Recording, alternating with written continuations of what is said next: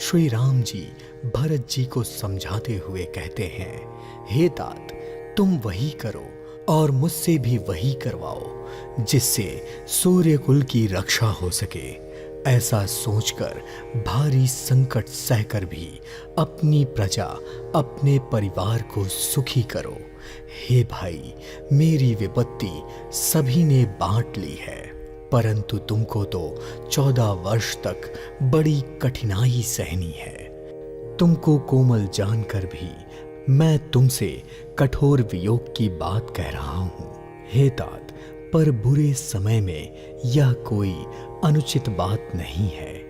ऐसे कुअवसर पर श्रेष्ठ भाई ही सहायक होते हैं। श्री रघुनाथ जी की वाणी सुनकर जो मानो प्रेम रूपी समुंदर के मंथन से निकले हुए अमृत के समान थी, यह सुनकर सारा समाज ऐसे शिथिल हो गया जैसे सबको प्रेम की समाधि लग गई हो।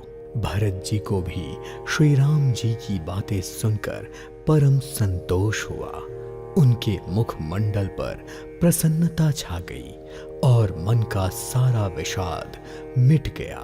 उन्होंने फिर प्रेम पूर्वक कृपालु श्री राम जी को प्रणाम किया और अपने कर कमलों को जोड़कर बोले, हे नाथ, मुझे आपके साथ जाने का सुख प्राप्त हो गया और मैंने जगत में जन्म लेने का लाभ भी पा लिया।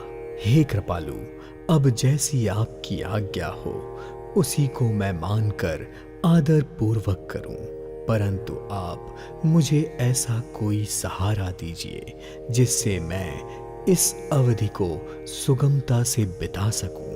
हे स्वामी, आपके अभिषेक के लिए गुरु जी की आज्ञा पाकर मैं सब तीर्थों का जल लेकर आया हूं। आज्ञा हो तो चित्रकूट के पवित्र स्थान, तीर्थ, वन, पक्षी, पशु, तालाब, नदी, झरने तथा विशेष रूप से आपके चरण चिन्हों से अंकित भूमि को देख कर आऊं। यह सुनकर श्री रघुनाथ जी बोले, अवश्य ही जाओ, पर पहले अत्रि ऋषि की आज्ञा को धारण करो और जैसा वे कहें वैसा करो। हे भाई, अत्रि मुनि के आशीर्वाद से वन परम पवित्र और अत्यंत सुंदर है। ऋषियों के प्रमुख अत्रि जी जहां आज्ञा दें वहां अपना लाया हुआ तीर्थ का जल स्थापित कर देना। प्रभु के वचन सुनकर भरत जी को बहुत सुख मिला और फिर आनंदित होकर उन्होंने मुनि अत्रि के चरण कमलों में अपना सर नवाया। समस्त सुंदर मंगलों के मूल भरत जी और श्री राम जी का संवाद सुनकर स्वार्थी देवता रघुकुल की सराहना करके कल्प वृक्ष के फूल बरसाने लगे।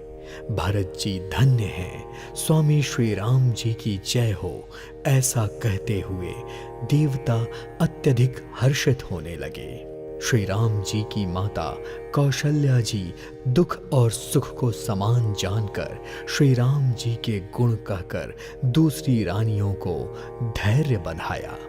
कोई श्री राम जी की बड़ाई कर रहा था तो कोई भरत जी की सराहना कर रहा था। अब अत्रि जी ने भरत जी से कहा, वह जो पर्वत देख रहे हैं उस पर्वत के समीप एक सुंदर कुआं है। इस पवित्र, अनुपम और अमृत जैसे तीर्थ जल को उसी में स्थापित कर दीजिए।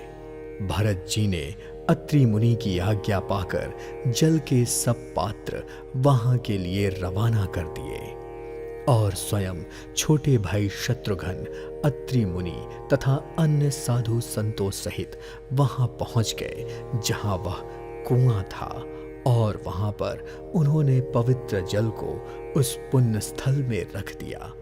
तब अत्रि ऋषि ने प्रेम से आनंदित होते हुए कहा, हे तात, यह सिंधु स्थल है।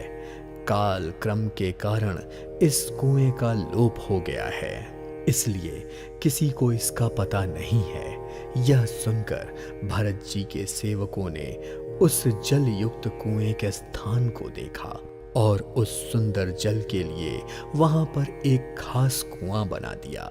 जिससे देवलोक से लेकर विश्व भर का उपकार हो गया। और यह कुआं भरत कूप के नाम से जाना जाता है। तीर्थों के जल के संयोग से इस कुएं का जल अत्यंत ही पवित्र हो गया।